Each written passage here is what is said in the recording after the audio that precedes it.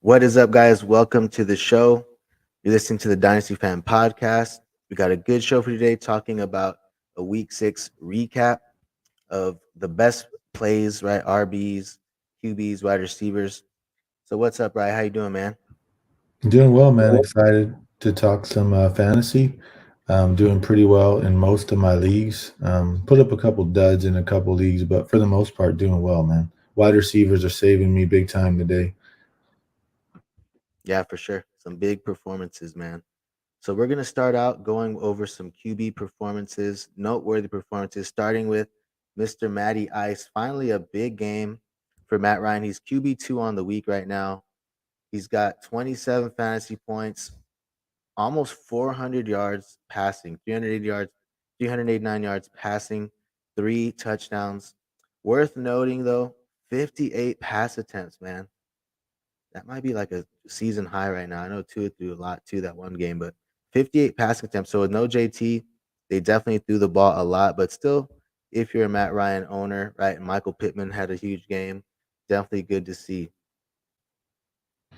Yeah, man. It was, he looked like Matty Ice from 3 or 4 years ago with his years in Atlanta, right? I mean, he looked very young. He threw, like you said, close to 60 times. I mean, it's definitely something that was unexpected. So we'll see if he can keep it up moving forward. But I think it's a good start, right? There was some rumors that basically, um, if he started looking bad in this game, they were going to start looking at Sam Ellinger. Um, so maybe that little pressure got to him a little, kind of get him on the hot seat a little bit, and so he put out his best game of the season by far. Yep, definitely so, man. And another guy I was very happy for because I have some shares of this player, right? Was Joe Burrow, man. So big game from Burrow. He's QB1 right now. Gets you 300 yards, right? So 28 out of 37, man. So that's pretty good. Highly efficient right there. Gets you 3 TDs. He also gets you a rushing TD, man. 4 for 25 and a rushing TD. So that's definitely good to see. And we finally saw some connection with Jamar Chase, right? So Jamar Chase also gets a huge game, and it shows, right, with Joey B's performance as well. So I think that we're finally going to see, right, some positive regression, right? They haven't seen that big play with him and Chase connecting on those big plays, which we saw a lot last season. And Chase is still getting the targets, right? He's still targeting him. And I think this is the turning in the tide, right? We're going to see some big games coming up from Chase and Joe Burrow. Yeah, I agree, man. That Jamar Chase, really quick, he was one of the buy low wide receivers that we talked about.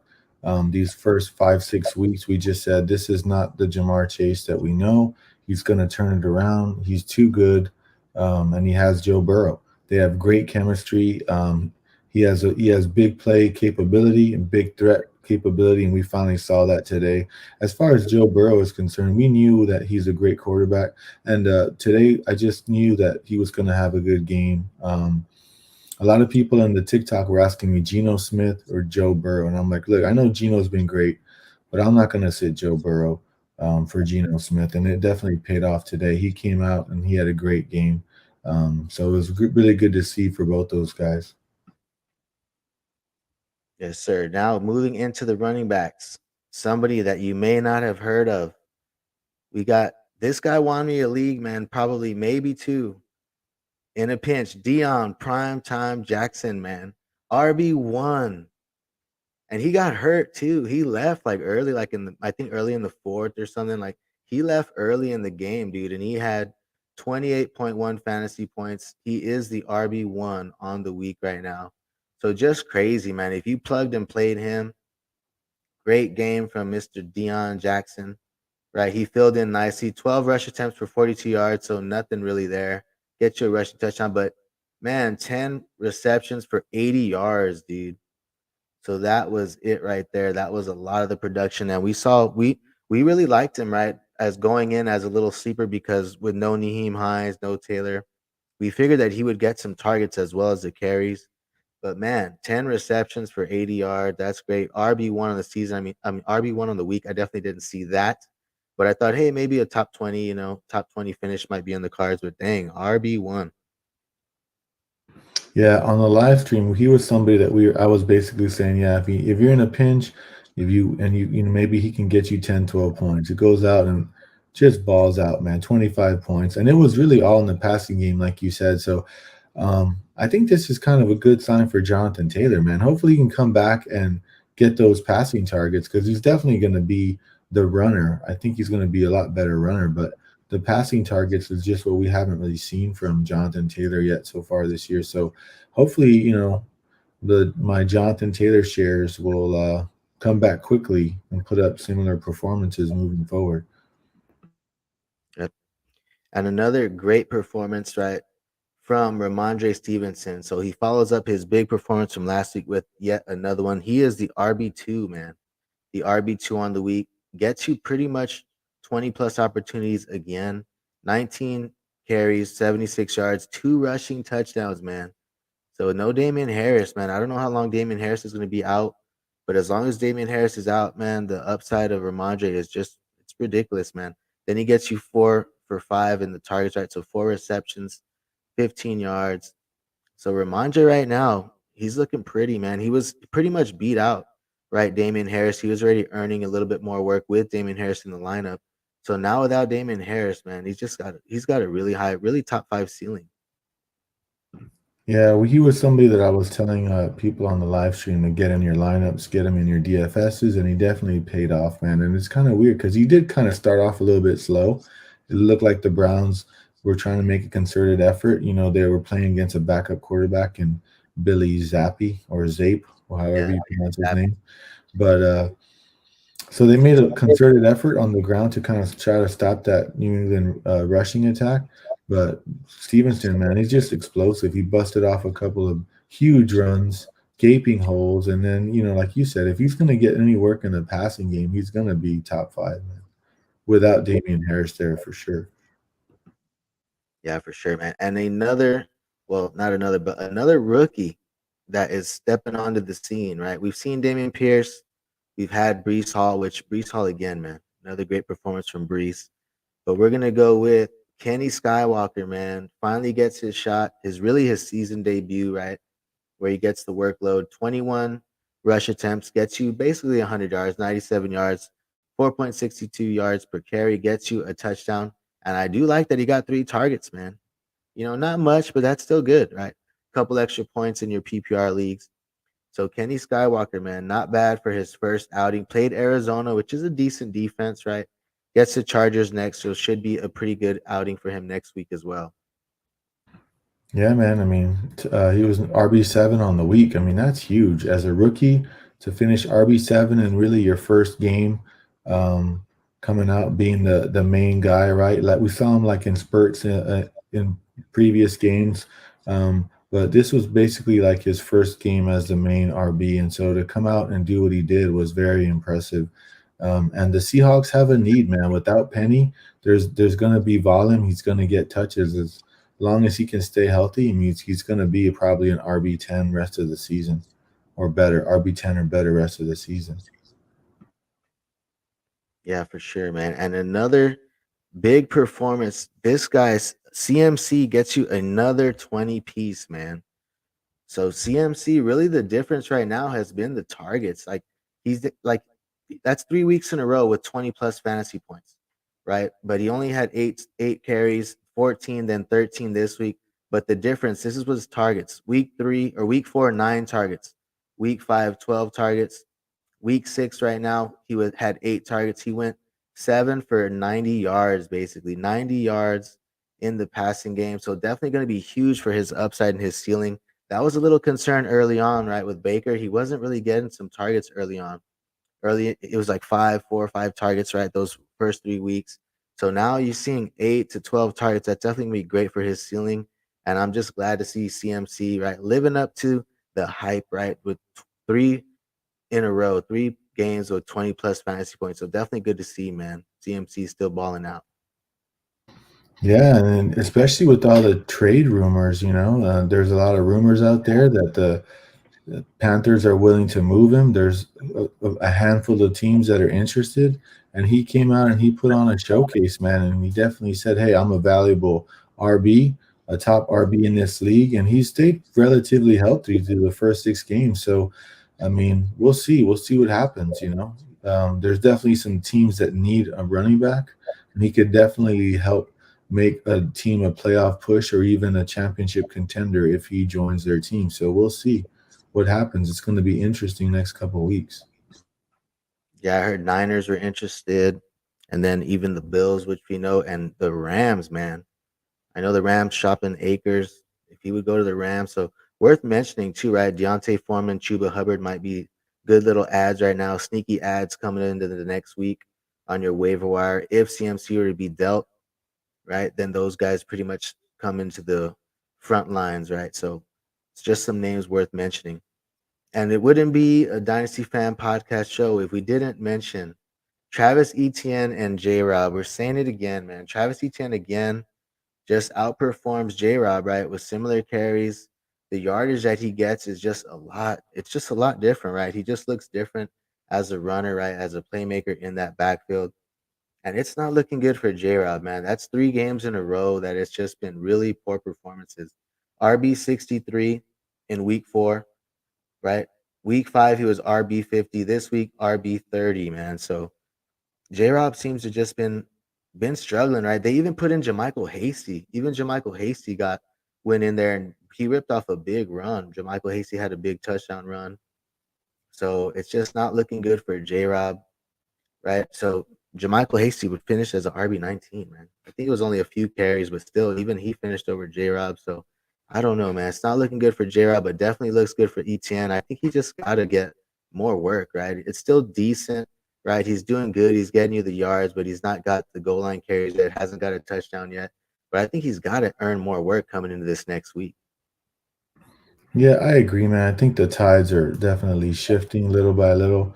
It seems like they don't want to maybe trust him completely. Maybe they still want to try to work in J Rob from time to time. I mean, J Rob still out carried him, right? 12 carries, but Etienne was way more efficient, man, and he looked like the better running back. So I think that it's like you said, only a matter of time till we start to see Travis Etienne eat into more snap share and into more of the workload there moving forward. Yeah, for sure, man. So now let's move in to our wide receivers. We have Tyquan Thornton, man, solid performance, dude. So, second round pick out of Baylor from the New England Patriots. He's been on the IR, right? He's been injured. So last week he only played a little bit. This week he gets a little bit more run, and he has a solid week. He's wide receiver 8 on the week, 4 receptions, right? 37 yards, gets a TD. So solid week. He got you. And the other thing too, though, was they used him in the run game.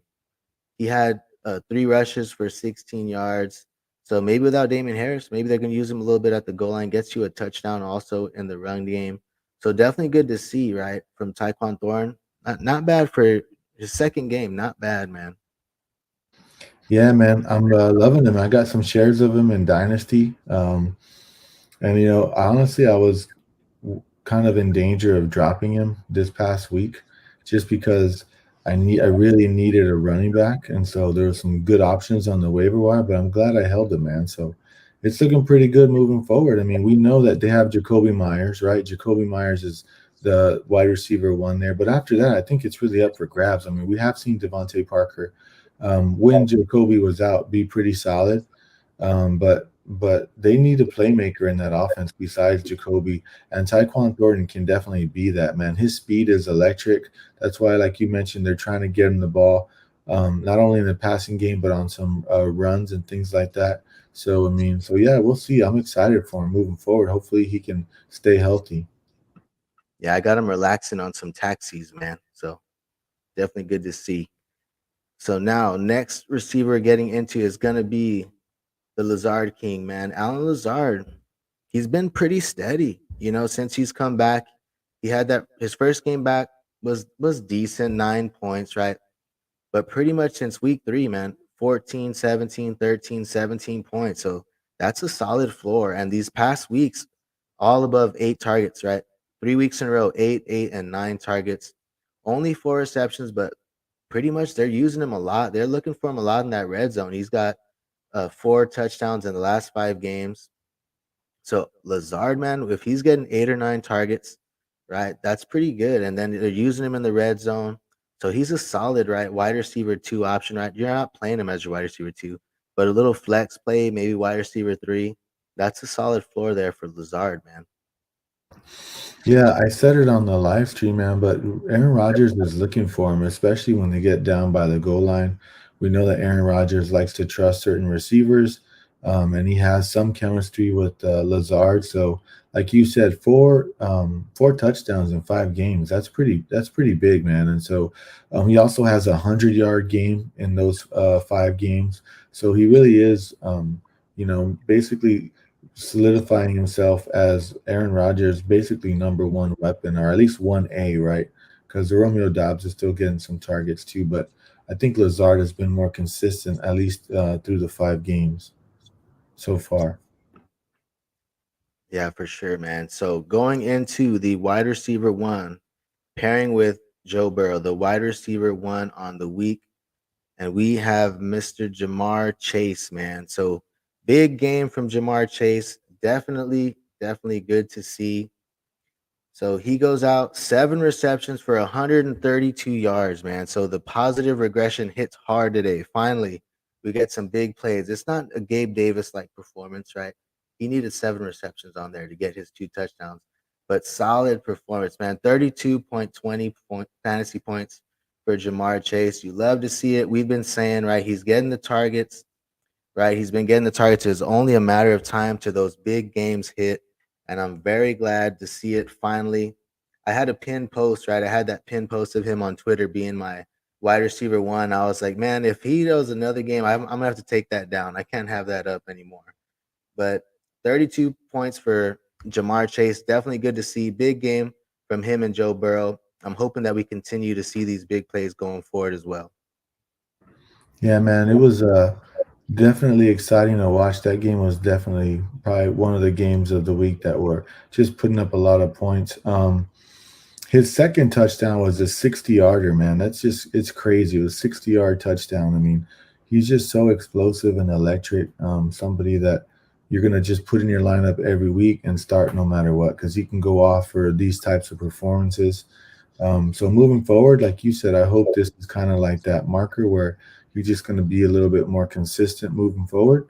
Hopefully, him and Joe Burrow kind of figured some things out, and so I'm excited to see it, because I just traded for him in a couple of leagues. I just traded for him in a dynasty league, and I just traded for him in a redraft league. So Yeah, definitely, man. He was definitely one of the trade targets. A lot of people, when they would ask, hey, who's a little buy right now? I said Jamar Chase, man. He was pretty much my number one option. I tell everybody, try to get Chase right now. We've seen him go in a lot of different leagues. I've seen a lot of people being able to acquire him right now, which was pretty much impossible last year, right? So definitely, if you got Chase, you're feeling happy about it now. So now we're moving on to the tight ends. Finally, man, George Kittle. George Kittle and Tonyan pretty much like mirrored each other, man. Let's see, they're the tight end 4 and 5. They had Tonyan had 10 for 90, George Kittle 8 for 80. So solid performances. Finally, we saw George Kittle get some targets, and Tonyan too, man. He's been a good little, right. We've seen in the past where Aaron Rodgers can rely on him a little bit. So 10 receptions, dude, 12 targets for Robert Tonyan. Definitely solid. And then another guy we have on here, Mike Gesicki, finally gets some targets, man. 7 targets, 6 receptions for 70 yards, 2 receiving touchdowns, right? 20. He's the tight end 1 on the week.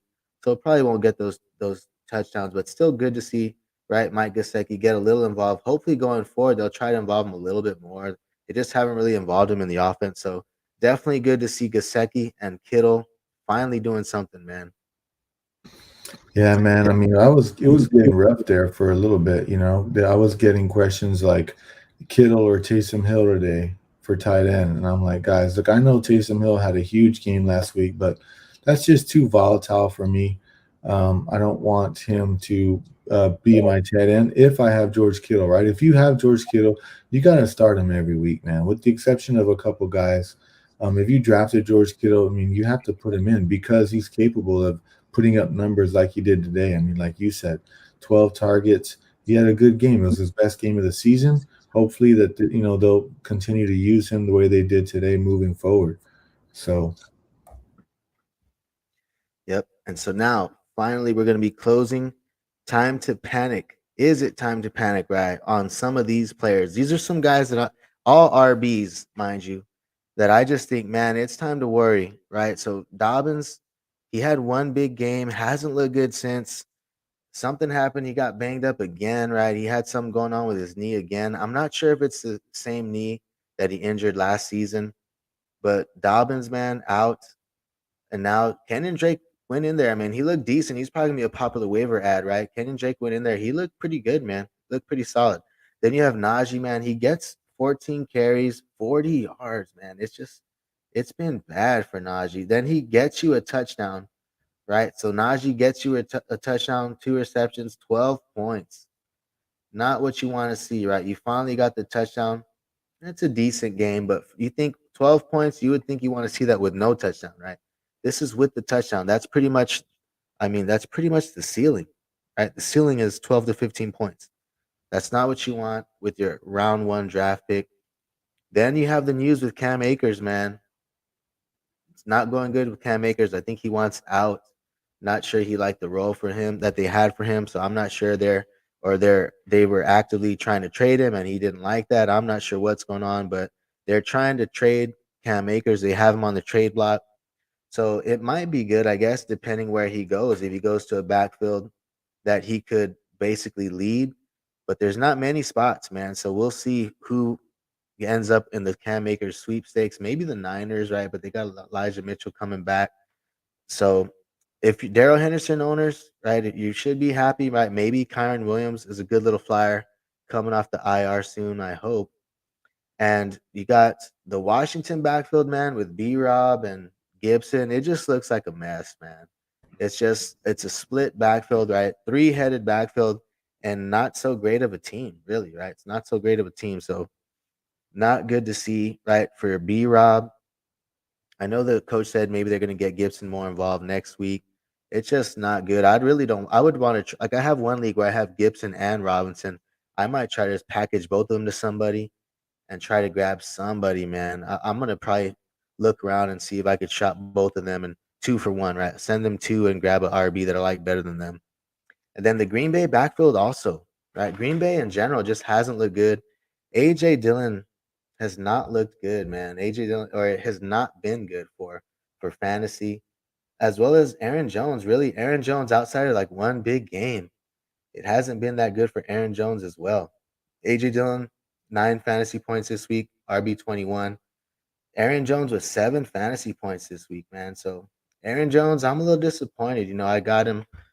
I had high expectations. A lot of people thought Aaron Jones, right, was going to be leading with targets, getting a whole bunch of receptions. He's getting you 2 or 3 receptions a week. I mean, his max receptions is 3. I mean, that's not good, right? A lot of people that drafted him, I myself thought this dude is going to get a lot of targets. Everybody looked at the splits without Devontae Adams and thought Aaron Jones, man, without Devontae Adams, he's getting a bunch of targets, bunch of receptions. It has not been the case so far, man. 3 receptions max and 7 fantasy points this week.